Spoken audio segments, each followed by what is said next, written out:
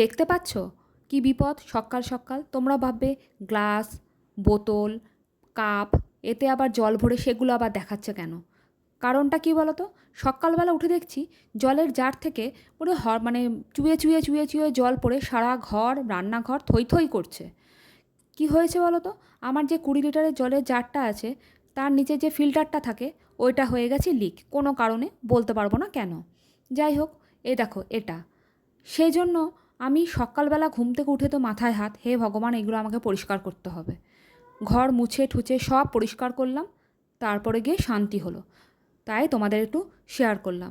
মন খারাপ করে তো কিছু নেই, কী আর করব। যাই হোক, আর এই দেখো সকাল সকাল আবার একটা হাসি মুখ নিয়ে সবাইকে সবার কাজে লেগে পড়তে হয়। তাই ওই সব বাদ দিয়ে গুড মর্নিং, তোমরা সবাই কেমন আছো? আশা করি সবাই ভালো আছো, আমরাও খুব ভালো আছি। তা আজকে ভেবেছি ঘরের যত জামা কাপড় আছে সব আজকে রোদে দেবো ভেবেছিলাম, কিন্তু জামা কাপড় রোদে দেবো না। দেবো কি আজকে বলো তো? আজকে দেবো বালিশ বিছানা যা আছে ঘর থেকে সব বার করব। এই কদিনে না একদম মানে স্যাঁত স্যাঁত করছে, দেখতে পাচ্ছ? আগে দিয়ে নিয়েছি সকালবেলা ঘুম থেকে উঠে গাছগুলোকে রোদে, তারপরে দিয়ে দিয়েছি হলো বালিশগুলোকে। মানে গাড়ির ওপরটাকেও ছাড়িনি। মানে আমাদের না ওরা মানে বাড়িওয়ালা ছাদ ইউজ করতে দেয় না, আমাদের নিচটাই পুরো ইউজ করি। তাতে আমাদের হয়ে যায়, কোনো অসুবিধা হয় না। প্রচণ্ড রোদ এসছে দেখে আমি সব বাইরে বার করে দিয়েছি। মানে যা মানে তোষক, দুটো ঘরের না, এক ঘরের তোষক বার করে দিয়েছি। মানে যত ভেজা জামাকাপড় 2 দিন ধরে কেচেছি সেগুলোকেও রোদে দিয়ে দিয়েছি। আজকে মন আনন্দ করে রোদে দিচ্ছি। হোক কষ্ট, কষ্টকে আর কষ্ট মনে করব না, এই ভেবেই সব রোদে দিয়ে দিয়েছি।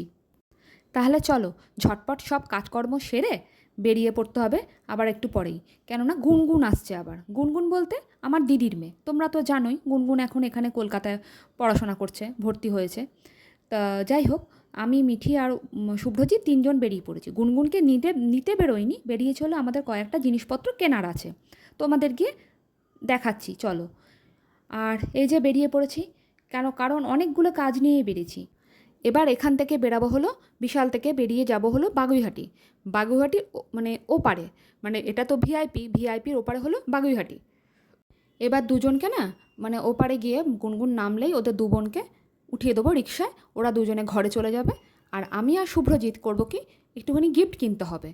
ওর শুভ্রজিতের মানে যেখানে কাজ করে ওখানে দুজনের বার্থডে, একজনের তো আজকে আছে আবার আরেকজনের হয়ে গেছে, গিফট আর কেনা হচ্ছে না, তাদেরকে দেবো। তাদেরকে আমি দেবো না, সরি, দেবো হলো শুভ্রজিৎ। আর এই দেখো এদিকে ডিমের চপ নিয়ে শুভ্রজিৎ খাওয়া দাওয়া শুরু করে দিয়েছে। আমিও খেয়েছি, কিন্তু মিঠি খাইনি। মিঠির জন্য আর গুনগুনের জন্য কিছু একটু খাবার দাবার নিয়ে নেবো, আর ওদেরকে দুজনকে চাপিয়ে দেবো। ওই যে ওদের দুজনকে এবার চাপাতে চললাম। এই যে আমরা এবার চেপে পড়বো গাড়িতে, ওদের 2 বোনকে চাপিয়ে দিলাম। আসলে গুনগুন না 2টো বড় বড় ব্যাগ নিয়ে এসছে, তাই ওকে আর কষ্ট দিলাম না, ওকে তাড়াতাড়ি করে রিকশায় চাপিয়ে দিলাম। বললাম তোরা যা এগো, আমরা আসছি। তা চলো এবার গিয়ে গিফট দুটো কেনা যাক। এই যে চলে এসেছি গিফট কিনতে।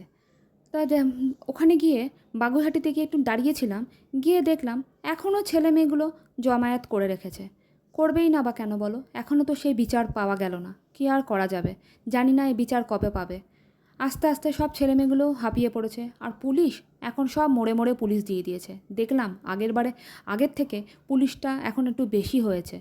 তা যাই হোক, জানি না কোনটা ঠিক কোনটা ভুল, তোমরা জানিও কোনটা ঠিক কোনটা ভুল। এই দেখো ওর হাতে যেগুলো আছে সেগুলোই আজকে কিনবো, কিনে নিয়ে তারপরে যাব। 2টো কিনবে, ও 2জনকে দেবে তো তাই। তাহলে আজকের জন্য ভিডিওটা এখানেই শেষ করলাম। তোমাদের যদি ভালো লেগে থাকে একটা like, comment, share and subscribe করতে একদমই ভুলো না। আর তোমরা সবাই ভালো থেকো, সুস্থ থেকো, সাবধানে থেকো, আর সকলকে ভালো রেখো। তো আজকের জন্য এখানেই শেষ করছি। আর আবার তোমাদের সাথে আবার একটা পরের ভিডিওতে দেখা হবে। আর ভালো লাগলে একটা কমেন্ট করে দিও, আর একটা লাইক করতে একদমই ভুলো না। তাহলে এখনকার জন্য চলো টাটা, গুড নাইট।